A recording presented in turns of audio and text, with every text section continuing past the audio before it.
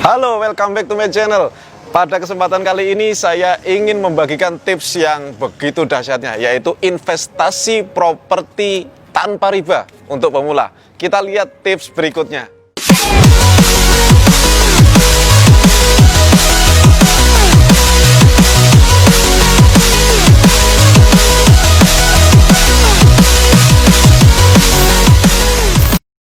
Beberapa orang tanya sama saya, Mas Arli, gimana caranya bisa investasi properti ya, terutama untuk pemula, untuk kita yang baru pengen meningkatkan kondisi finansial, baru mulai bisa nabung dikit-dikit ya, kemudian pengen membeli properti, tapi yang jadi problem adalah properti itu mahal-mahal ya, dan tidak sedikit dari teman-teman kita yang terjebak oleh kredit.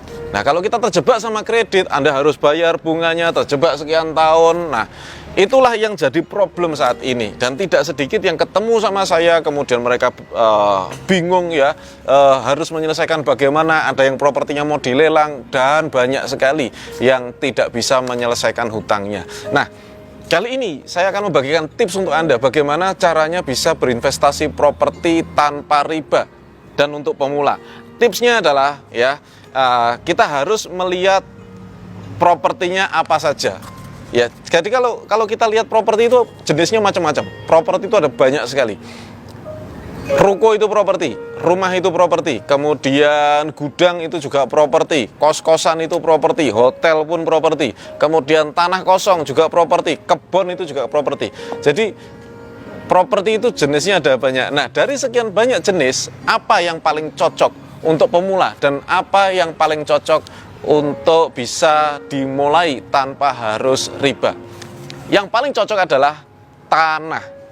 Mungkin Anda bertanya, kok tanah gimana ya? Kok bisa tanah?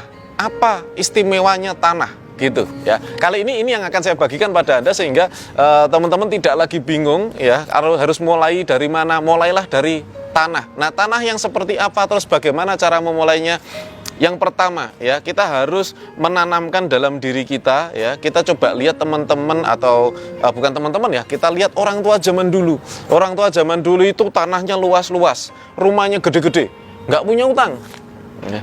Tetapi beda sama orang zaman sekarang, rumahnya kecil-kecil, utangnya gede-gede. Nah, inilah yang jadi problem ya di zaman modern ini, sehingga orang tidak bisa meningkat kondisi finansialnya. Utangnya meningkat terus, tapi penghasilannya tetap ya. Penghasilannya mungkin bisa meningkat tapi tidak sebesar hutangnya. Nah, sekarang Bapak Ibu sekalian, gimana caranya kita bisa memulai investasi properti tanpa riba dan khusus untuk pemula? Yang pertama, kita harus paham mengapa investasinya tanah ya. Karena begini, tadi sudah kita cek orang zaman dulu, oke, kakek nenek itu punya tanah besar-besar ya. Mereka kok bisa seperti itu ya. Nah, sekarang kenapa harus tanah yang pertama? Tanah itu multifungsi ya, tanah itu multifungsi. Jadi jika kita belum punya plan yang bagus untuk mengolah tanah kita menjadi apa, minimal tanah kosong itu sudah naik harganya gitu loh. Tanah nggak diapa-apakan itu harganya naik. Beda sama bangunan. Kalau tanah harganya naik, bangunan itu harganya turun ya. Nah, ini. Nah, kemudian multifungsinya seperti apa? Multifungsi gini. Jika Anda sudah mulai punya tanah, Anda bisa milih tanah itu mau dipakai untuk apa yang menguntungkan. Dibiarkan saja sudah untung, capital gain, dia naik terus. Kemudian kalau seandainya Anda punya ide, Anda bisa tanami. Anda bisa bikin kebun di situ, ya. Anda juga bisa bikin ternak di situ. Ya, kalau budget Anda terbatas. Jadi bikin kebun atau ternak biayanya tidak sebesar membangun ruko. Ya, kita bisa milih sesuaikan dengan budget. Ya, banyak dari teman-teman yang gini, teman-teman pengusaha itu banyak yang mereka punya uang, kemudian dia investasi tanah 2 tahun, 3 tahun kemudian baru membangun perumahan misalnya ya. Tapi pertama tanahnya sudah ditabung dulu, nabungnya adalah nabung tanah. Kenapa kok 2 tahun kemudian dibangun perumahan? Karena berkembang wilayahnya ya, berkembang, sudah mulai banyak pemukiman situ, tanahnya harganya bisa naik berkali-kali lipat dan dia bangun perumahan. Untungnya dahsyat sekali. Makanya yang kaya bertambah kaya ya. Oke, sekarang Apalagi selain kebun ya, selain kebun kita juga bisa bikin ternak di situ ya. Selain itu kita juga bisa bikin bangunan, kita sesuaikan. Jika tanah Anda kemudian sesuai dengan perkembangan kok cocok untuk dibangun kos-kosan. Misalnya hari ini Anda beli tanah, 3 tahun kemudian ada pabrik di dekat situ, Anda cocok bikin kos-kosan gitu. Apakah bangun kos-kosan murah? Tergantung ya, tergantung. Jadi kita bisa pilih bangunan-bangunan yang memang kita tujukan untuk bangun kos-kosan dengan low budget ya. Kemudian tidak terlalu mewah, itu tidak semahal membangun rumah. Oke. Kemudian kita juga bisa bangun ruko apabila kemudian ternyata tanahnya adalah di pinggir jalan, cocok untuk ruko. Di sebelah misalnya lokasi kampus misalnya ya, di sekitar itu lokasi kampus atau lokasi misalnya rumah sakit atau lokasi apapun yang membuat nilai dari tanah tersebut menjadi lebih komersil lagi. Jadi tanah itu tidak diapa-apakan saja untung, apalagi tahun depan, 2 tahun lagi, 3 tahun lagi Anda rencanakan untuk membuat sesuatu di tanah tersebut. Tetapi intinya harus punya tanahnya dulu. Jadi sekarang tidak usah ngejar properti yang macam-macam dulu, kejar dulu di mana ada lokasi tanah. Oke? Lokasi tanah. Anda punya uang pengen investasi, tanah dulu, bukan macam-macam tapi tanah dulu. Kemudian ya, sesuai dengan perkembangan zaman ya, Anda jangan khawatir apabila Anda beli tanah itu tanahnya kok di pinggir kota. Ini kota, kemudian Anda ambil ring 3-nya, ring 2, ring 3. Kalau ring 2 itu perumahan, ring 3 itu adalah misalnya masih banyak kebun di situ. Terus Anda beli tanah di situ yang cukup luas dengan budget yang murah. Nggak ada masalah. Tahun ini mungkin belum berkembang, tahun depan mungkin belum berkembang. Tapi nggak tahu loh ya. Anda pernah dengar cerita gini? Waktu orang kena jalan tol, ya tanahnya kena proyek jalan tol dan kemudian dia dapat ganti untung, bukan ganti rugi ya, dia dapat ganti untung. Yang terjadi adalah dulu tanah di situ nggak laku, ya harganya murah sekali, semeter cuma 25.000 dulu, ya.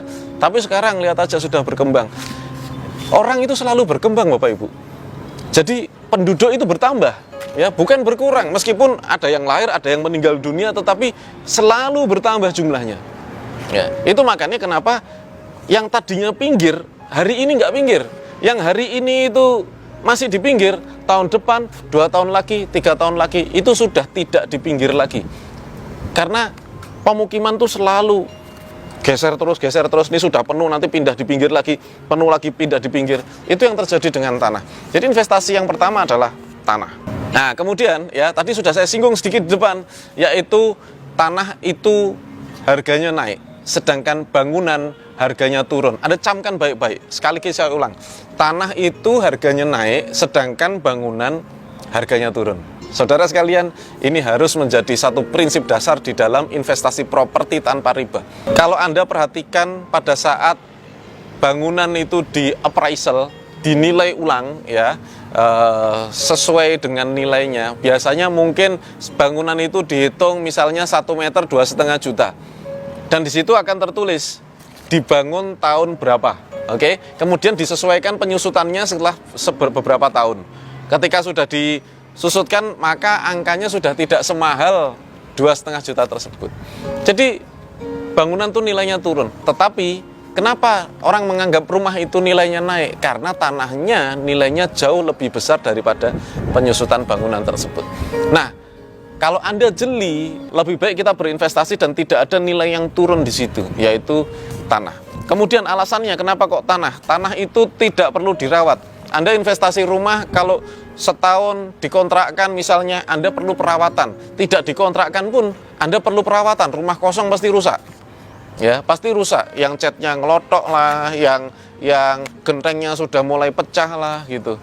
Nah, itu bangunan.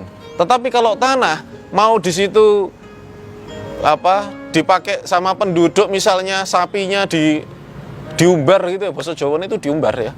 Dilepas di situ, makan di situ, kotoran sapi di situ, ada sampah di situ. Tapi tanah itu tetap naik meskipun isinya ada sampah, ada kotoran sapi dan lain sebagainya. Tapi itu tanah. Gitu, dan nilainya tetap naik. Jadi seperti apapun bentuknya, meskipun ilalangnya juga cukup tinggi, tanah itu tetap harganya naik. Oke? Jadi tanah tidak perlu dirawat. Tapi kalau bangunan yang lain itu perlu dirawat. Apa alasannya?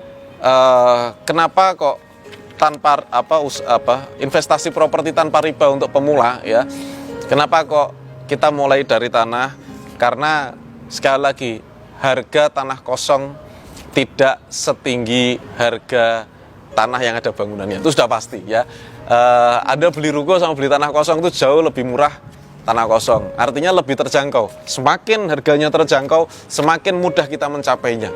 Kalau kita berpikir investasi harus ruko, investasi harus homestay misalnya, harus apa, tentunya pikiran Anda akan mengejar mendapatkan uang yang cukup besar atau budget yang cukup tinggi. Nah, tapi sekarang tidak perlu seperti itu. Yang penting tanah.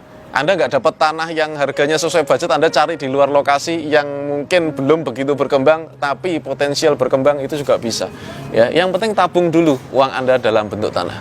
Demikian informasi dari saya, semoga bisa bermanfaat dan saya doakan semoga Allah Subhanahu wa taala memberikan berkah untuk Anda, memudahkan Anda untuk bisa membeli tanah yang menguntungkan di kemudian hari. Demikian, wassalamualaikum warahmatullahi wabarakatuh.